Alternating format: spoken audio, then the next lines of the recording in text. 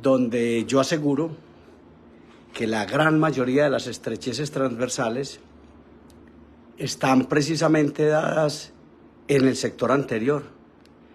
Esto es un arco puntiagudo, igual, aunque un poquito más difícil de detectar, también es un arco puntiagudo, donde comúnmente nosotros en el mundo, no en mi país o en el suyo solamente, vivimos confundidos con esta expansión y con métodos terapéuticos que de repente no ayudan mucho en este problema que podríamos llamar, atentos con esto, una estrechez transversal, particularmente en el sector anterior, que en muchos países puede resolverse mediante extracción seriada, mediante tallados interproximales, llamados guías de erupción, y en esa medida es hora que entendamos que aquí lo que hay es una estrechez y que lo que menos necesita este paciente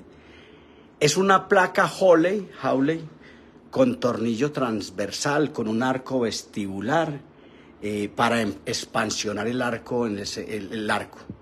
La placa Hawley, por enésima vez, lo repito, no es la placa Schwarz. La placa Schwarz, desarrollada por Schwarz en 1935, aunque ya existía el arco de Hawley de 1919 en Inglaterra, no tiene arco vestibular, no más arco vestibular para las placas. Vamos a verlo, vamos a argumentarlo y a ver si es posible que eso sea cierto.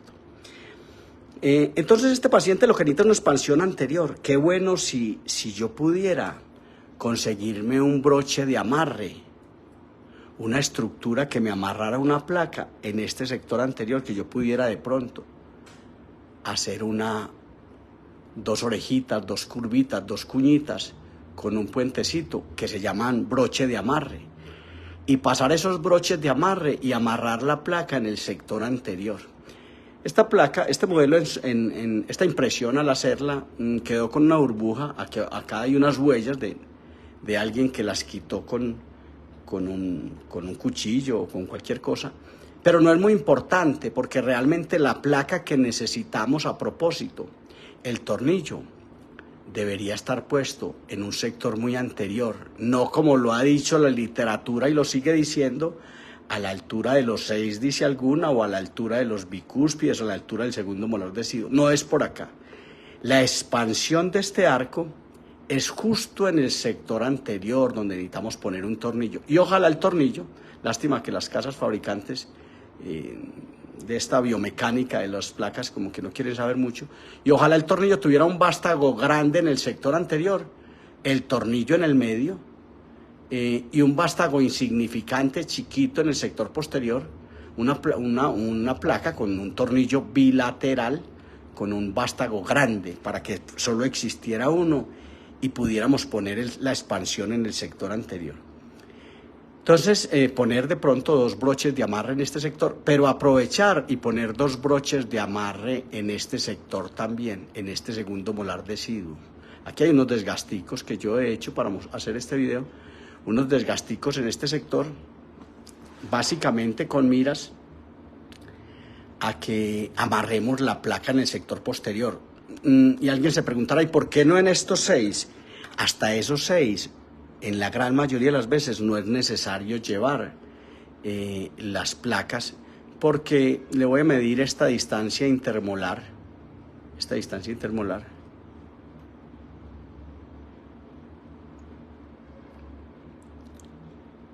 que tiene 34 milímetros y medio.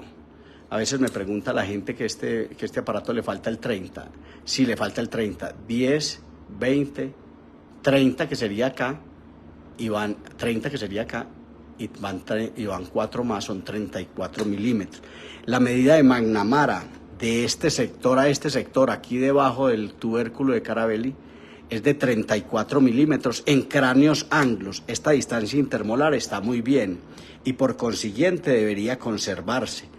No pienso que sea necesario extender un aparato hacia allá, pero sí me parece que podríamos hacer una placa con una expansión, con 4 broches de amarre, 2 aquí, 2 en este sector, 2 en este sector, 2 en el otro sector, e incluso el acrílico podría llegar solamente hasta acá. Este es el acrílico, esta es la porción acrílico, de pronto ni tocar el 6 y venir con esta porción acrílica hasta acá y terminar esto. Entonces esa burbuja que estábamos denunciando de pronto no es tan necesaria. Y qué bueno dejar esta bóveda palatina para que pueda remodelarse ante esta expansión en el sector anterior. Pero veamos el caso. Veamos el caso puntiagudo. Hagamos una cosa que se llama, que hemos dicho siempre, se llama análisis referencial comparativo de hueso basal, de este hueso basal que se nota deprimido. Por algo está esta estrechez, por algo estos dientes no caben, no cupieron. Entonces veamos esta depresión, veamos este hueso basal, y con base en este plano oclusal, en esta directriz que usted debe establecer del plano oclusal, poniéndoselo en su plano bipupilar, en su plano óptico aquí, de repente mirar que aquí, si trazamos una línea recta de este punto, que sería el punto A, perpendicular a ese plano oclusal, es posible que nos salga en este sector, en este hueso basal, ¿cierto? Versus este hueso basal. Esto se llama un análisis referencial comparativo que no reposa mucho en la literatura clínica, del que no veo que nadie hable y que es muy importante. Es un análisis hipotético de quién es este hueso basal. Este hueso basal, este hueso alveolar, se ve una prominencia del hueso alveolar. Esa prominencia del hueso alveolar seguramente está dada por la compensación a la falta esquelética. Por eso estos dientes tienen esta posición y porque hay una estrechez transversal en el sector anterior. Entonces, ¿qué tenemos? Un paciente con una estrechez transversal. Ahora vamos a ver cómo lo tratamos. Un paciente con una estrechez transversal en el sector anterior, que atentos con esto. Este paciente tiene un tímido escalón mesial, que es considerable y que es un paciente clase 1.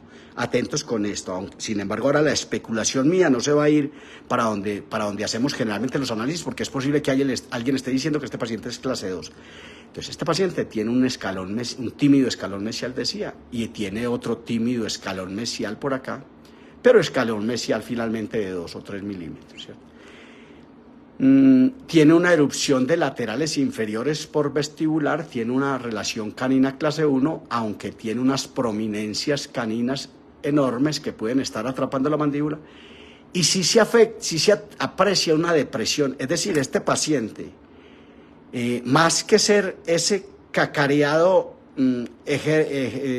calificativo clase 2, podría ser ese cacareado calificativo clase 3, pero podríamos llamarlo mejor un paciente con una leve hipoplasia, un paciente clase 1 con una leve hipoplasia, o no tan leve. Alguien podría calificarla de mayor severidad, ¿cierto? Alguien podría decir que aquí hay una deficiencia del tercio medio, y que seguramente la placa que propone Barberi, que es una placa transversal, podría incluso tener un arco bumper de desarrollo, un ABD, un arco soldado aquí, calibre 36, que diera la vuelta por acá, que viniera hasta este punto, que tuviera un omega en este sector, una omeguita en este sector, separado, un arco bumper de desarrollo. Tiene que estudiarlo, si no lo conoce, dar la vuelta por acá, inclusive venir hasta este punto, y venir y soldarse de reversa, soldarse en este puente y tener de pronto un elemento, un arco vestibular bumper de desarrollo, que básicamente usaríamos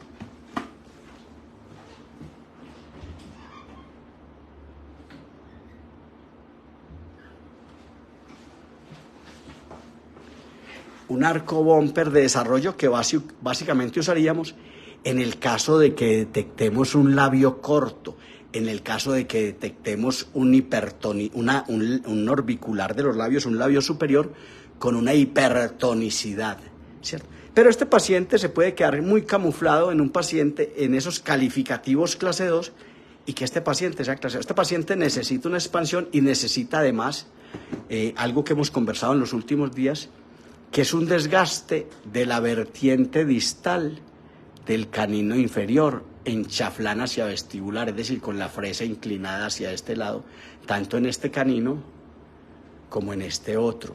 Un desgaste, recortar la vertiente distal con la fresa recostada hacia vestibular, es decir, en esta orientación, esta fresa.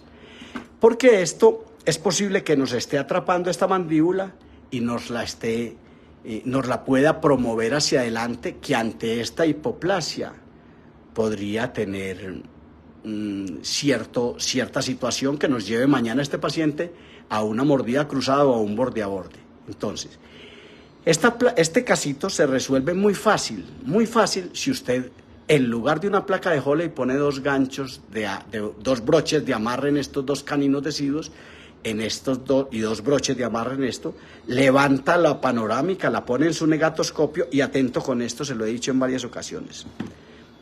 Si usted detecta el segundo molar, el segundo bicúspide en un estado 5 de Nola, si usted detecta el 5 en un estado 5 de Nola, tenga la certeza que usted aquí puede poner un broche de amarre. Le aclaro y perdóneme mi insistencia, todavía no sabemos hacer broches de amarre. La palabra amarre no existe en la literatura clínica.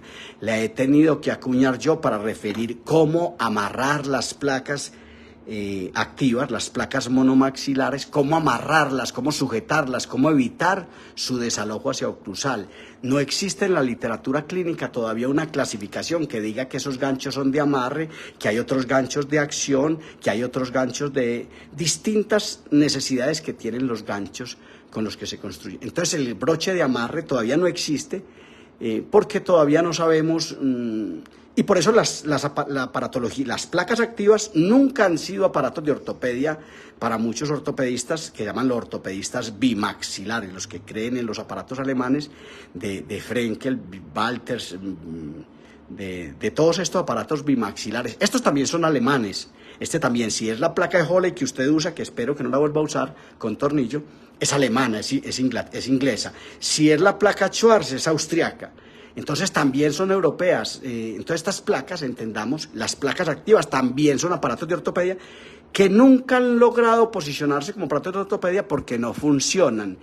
Pero le voy a contar por qué no funcionan. No funcionan porque de ellas no sabemos nada y en particular no sabemos amarrar las placas, no tenemos ganchos de amarre, ¿cierto? Por eso las placas con tornillos fijos a veces han ido avanzando. De hecho, hay un tornillo hoy de la Casa Forestaden, que es una placa inferior con un tornillo que se debe referir como expansor dentoalveolar, no como expansor, no como disyuntor, aunque no como Jairas o como disyuntor, porque no es esa su misión. Entonces aquí tenemos una estrechez. Si usted detecta el estado 5 de Nola en este segundo molar deciduo, en este 5 deciduo, o sea, y guarde esta mnemotecnia, 5 de 5. 5 de 5. Si usted tiene 5 de 5, usted tiene mucho tiempo para trabajar y para expansionar este arco. No obstante, debo contarle, la literatura clínica le dice que usted no sueñe, no espere, no lo intente siquiera expansionar una mandíbula, que la mandíbula no expansiona. Pero no nos explicaron en qué momento es que la mandíbula no expansiona. Esta mandíbula expansiona. Usted ha visto muchas mandíbulas que yo le he presentado en mi trabajo en Facebook, que expansionan con mucha facilidad. Si superamos el único impasse que tenemos, que se llama amarre o sujeción vertical. Si usted detecta en este caso, voy a cerrar el video con esta reflexión, si usted detecta en este caso, que podríamos llamar estrechez o compresión traversa o transversal, particularmente en el sector anterior, porque la distancia intermolar tiene 34 milímetros. Si usted detecta esto, que es un arco puntiagudo, que si usted se para en los corredores de fosas, descubre una V dramáticamente invertida. Si usted hace este análisis, si usted pone este vidrio aquí y pone este otro vidrio acá, detecta una V. Esa V tiene una compresión, está detectando una compresión transversal. Lo que hay que expansionar es la distancia intercanina, no la distancia intermolar. Si usted pone una placa, si usted tiene este caso, con esta estrechez, que se lo va a encontrar muchísimo, Incluso, no dejemos de decir que este paciente, más que tendencia de clase 2, tiene una tendencia de hipoplasia maxilar, para que no usemos el término clase 3. Entonces, si usted detecta esto y usted pone un par de plaquitas y logra que su técnico construya un broche de amarre, o conversa conmigo, yo le digo cómo, o me llama, me habla por WhatsApp o me habla por algún lado, yo le puedo decir que si usted amarra la placa en el sector anterior, esta placa podría amarrarla con 2 broches de amarre a nivel de estos segundos molares deciduos y también en estos caninos. Hacer 2 brochecitos de amarre, 4 broches de amarre. Si usted hace esta placa y logra hacer esto, yo le quiero contar que esa placa, si usted la activa con protocolos quincenales, es decir, cada 15 días, usted va a tener una expansión en el sector anterior que va a redundar en beneficio. Y si tiene arco bumper de desarrollo y usted detecta un punto A muy deprimido y tiene un arco bumper de desarrollo que va a promover la irrigación sanguínea del orbicular de los labios, usted puede esperar que este punto A se vea favorecido en 2, 3, 4 grados. Y esto podría ser muy interesante, pero esto llama el arco bumper, tendríamos que estudiar el arco bumper. Estas plaquitas se las voy a mostrar hechas la próxima semana. Recuerden que estaré en Oaxaca, la última semana del mes de octubre, y que la primera semana de octubre estaré en Santiago de Cuba haciendo un evento académico de 2 días, en Oaxaca es de 3 días, hablando de ortopedia maxilar, de la ortopedia monomaxilar inductiva, de la nivelación y simetrización de los cóndilos y las ATMs y asimismo de los huesos temporales. Y sea este el momento de decirle que este paciente verticalmente trae un overbite muy aumentado para su momento, a esta edad, a estos 8 años de vida, 7, 8 años de vida, esta verticalidad viene muy bien, pero no estaría de más que usted a esta placa le extendiera el acrílico casi a tocar los dientes y que incluso la mandíbula se posara sobre ese plano de mordida que también podría ser metálico, y que al haber hecho estos desgastes, al haber hecho usted estos desgastes, haber cortado estas interferencias, vamos a cortarlas de nuevo, aunque esto lo hacemos mucho. Si usted ha cortado estas interferencias, no las voy a cortar porque este aparato no ha sido construido los ganchos, pero si usted ha soltado esto y esta mandíbula puede correr hacia atrás, correr hacia los lados, perdón, sería ideal que usted pusiera esta mandíbula en un planito donde ella pudiera moverse, donde ella pudiera ganar dinámica. Porque esta mandíbula no tiene la dinámica necesaria, porque por algo está mostrándonos esta estrechez transversal. Pero si usted a esta plaquita le pone un planito de mordida anterior y le hace los desgastes selectivos y permite que esta mandíbula se frote lateralmente, en la medida en que usted aumente este tamaño, este es el escenario oclusivo de la mandíbula, este es el escenario donde ocluirá la mandíbula. Este hombre, Carlos Barberín, Colombia, habla de que lo primero que hay que resolver es el plano vertical, pero que el tamaño de la maxila es el que le permite a la mandíbula la dinámica. Este hombre que usted ve acá, este hombre habla que los graves problemas que tenemos, tanto de lo que llamamos clase 3 o lo que llamamos clase 2, son maxilares hipoplásicos, porque el ser humano actual está perdiendo hocico, está perdiendo trompa, el hueso maxilar se le está quedando porque el condrocráneo, la base craneana, se está quedando por deficiencias de los huesos neumáticos, deficiencias de esas matrices funcionales llamadas huesos neumáticos, que tienen que insuflarse, y en su insuflamiento, no sé si la palabra es castiza, pero el lenguaje se construye, en el insuflamiento, como matrices funcionales, producen desarrollo y armonía del rostro, y por consiguiente el desarrollo del esqueleto facial hacia adelante, eso que llamamos otrora viscerocráneo. Entonces ese desarrollo de esto se está quedando, y esta entidad llamada hueso maxilar, aunque esta es la maxila dentada, el hueso maxilar es un conjunto más amplio, muy arrimado a otros huesos, en una intimidad importante. El hueso maxilar es un conjunto mayor, esta es la maxila dentada, y esta maxila dentada va a quedar en su desarrollo, y de pronto también va en retrognatia. Una cosa es el desarrollo de esta mandíbula, de esta maxila, maxila dentada, y otra es la retrognatia. La retrognatia es posicional, la posición de esto con respecto a la base craneana, la posición. La hipoplasia, que es ausencia de tamaño, alude eso de lo que venimos hablando todo el tiempo, del tamaño de esta entidad.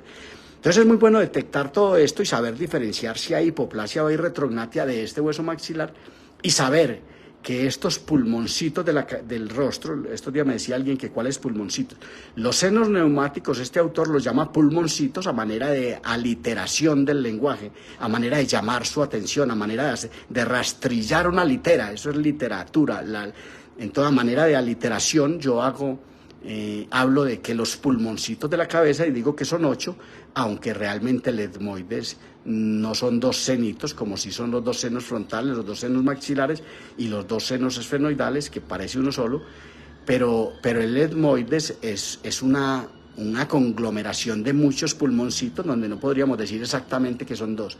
Entonces, este hueso maxilar hay que desarrollarlo. El grave problema que tiene este paciente, hasta qué punto si alguien pusiera un disyuntor en este maxilar y fracturara la sutura media palatina, al despejarle el escenario a esta mandíbula, para ventilar un poco las ideas, al despejarle un poquito el escenario a esta mandíbula podría ganar tamaño, aunque mucho cuidado que esta mandíbula podría también, si se le afectan los paradores incisales, botarse hacia adelante. Todo esto es un análisis que tiene que hacerse de esta manera, es un análisis de geometría proyectiva que tiene que discutirse tópico por tópico para llegar a entender qué es el diagnóstico clínico ortopédico maxilar, que está íntimamente ligado, pero recíprocamente, al plan de trabajo. El plan de trabajo es el antagonista del diagnóstico clínico. El diagnóstico clínico y el plan de trabajo se corresponden, eso que banalmente llamamos aparato. Entonces es entender esto, entender qué tenemos aquí. Esto, cualquier odontólogo que tenga la posibilidad de amarrar una placa en el sector anterior y en el sector posterior, en su defecto, yo le voy a decir otra cosa. Hoy existen un tornillo que vende la casa Forestaden, que es un tornillito pequeño, que se usa en el arco inferior, que lo ponen muchas veces acá y lo sueldan a 2 bandas y lo extienden hacia adelante, o que lo ponen en este sector y avanzan por acá y lo extienden hacia atrás, lo pueden extender, incluso pueden poner bandas en este segundo molar deciduo y venir con el aparato hasta acá. Entonces esto podría resolverse también con 2 bandas en los 5 y el tornillito. O sea, la casa de Taurus lo llama Variety. En México lo conocemos como Variety, y es un tornillito que se puede poner aquí y que se puede... Esto a la ausencia de que todavía no tenemos amarre, que no sabemos qué es amarre, pero extendernos hasta acá. Yo no creo que sea difícil comprender que si yo logro expansionar este arco excéntricamente y no muevo esta distancia intermolar, amplío esto en el sector anterior, con muchas herramientas, menos con la placa de Holley con tornillo transversal, que no es la placa Schwarz. Y si logro poner lo mismo acá y expansionar este arco en el sector anterior, y logro enseñarle a respirar a este paciente, que es muy factible que, a juzgar por esta deficiencia del tercio medio de la cara, no respire. Si le enseño a respirar, si le enseño a a ejercitar las vértebras cervicales, a ejercitar la múscula, el cuello, la nuca, a ejercitar todo esto, las ATMs pueden ganar mayor dinámica. Son ejercicios que tenemos que enseñarles a los niños, ejercicios quebrando la cabeza hacia atrás, doblando la columna, haciendo hiperlordosis de la columna y sifosis también, y enseñarle a este niño a respirar al tiempo con unos ejercicios que les he enseñado a ustedes, mis alumnos, que algunos saben de qué estoy hablando. En su defecto, entendamos que todavía tenemos por desarrollar unos métodos terapéuticos que deben estar aunados a unos ejercicios corporales para promover el esqueleto facial desde el condrocráneo, que es la base craneana, sin permitir que haya una flexión o quiebre del hueso esfenoides, que es el comandante del condrocráneo o base craneana. Todo esto tenemos que estudiarlo. Siga mi trabajo en Facebook, mire mis trabajos, léalos día tras día, vea mi trabajo en YouTube. hágase ortopedista maxilar o hágase amigo del diagnóstico clínico ortopédico maxilar y sus métodos de trabajo, que de repente la ortopedia maxilar es un conglomerado de mayor rimbombancia, a veces muy confundido. No, esto es muy simple, esto son cosas supremamente simples, y es pensar ahora en la nueva ortopedia maxilar, en el tamaño de las arcadas dentales, no seguirnos desgastando en interrelacionar los maxilares. Quien decide el tratamiento clínico es el dismorfismo. Dismorfismo es ausencia de forma, no la disrelación, que es ausencia de relacionamiento intermaxilar. Entonces vamos a trabajar el dismorfismo para resolver el disrelacionamiento, la disrelación. Entonces entendamos esto. Una cosa es el dismorfismo, una cosa es la falta de forma, la ausencia de forma, la ausencia de tamaño. Esto es un dismorfismo consistente en estrechez transversal, que es el que tiene atrancada la mandíbula en alguna posición. Esto hay que soltarlo, hay que darle dinámica, hay que desarrollar este hueso maxilar para que la mandíbula pueda recuperar su dinámica. Voy a cerrar con esta otra reflexión. El trabajo de Alexander Petrovich en Austria, era un médico que hizo una investigación de ciencia pura. Alexander Petrovich, en compañía de la doctora Studman y de algunos autores, dice que el que comanda el desarrollo del esqueleto facial es el hueso maxilar desde la articulación occipito-atloidea, y que la espina nasal anterior y el tamaño de la maxila es la que comanda el desarrollo hacia adelante. Pero hubo otro autor que se llamó Pedro Planas Casanovas, que habló de la RNO, que yo llamaré siempre la teoría usológica de la dinámica mandibular. Esa RNO yo la voy a llamar dinámica mandibular. Y esa dinámica mandibular dice que quien gobierna el desarrollo, a la inversa de Petrovich, es el hueso es la mandíbula con su dinámica. Es hora que aparezca una teoría que tenemos que construir. Invito a quien le interese construir conocimiento, que es lo que yo hago diariamente. Invito a quien le interese esto, a que hagamos una teoría que sea el conglomerado, la relación de la teoría ausológica de Alexander Petrovich, que dice que el que comanda el desarrollo del viscerocráneo es esto, y de otro hombre que es Pedro Planas, que son dos teorías separadas. La una es la teoría de Planas, la otra la teoría. Ambas en conjunto son las que promueven el desarrollo del esqueleto facial hacia adelante, que es la promoción y el tamaño de estas dos entidades, que se conseguirá con placas activas, ya no más aparatos bimaxilares que fueron desarrollados cuando todavía no se conocían las leyes de desarrollo, que nos mostraría Moss, que nos mostraría Petrovich, que Pedro Planas diría el bionator hay que partirlo en dos en los años 60. Ya es hora que avancemos, por Dios, a conseguir el tamaño de las arcadas dentales. Quien decide el tratamiento es el dismorfismo, no la disrelación. Ahora, la disrelación no se resuelve. Ojo con esto, la disrelación no se resuelve si no se resuelve el dismorfismo. Si no hay entidades que puedan cohabitar en equilibrio, la disrelación no puede conseguirse. Sin embargo, llevamos 120 años tratando disrelaciones, avanzando la mandíbula, el cambio de postura terapéutica. Por favor, vámonos adelante. Necesitamos construir una nueva ortopedia maxilar. Por su atención, muchas gracias.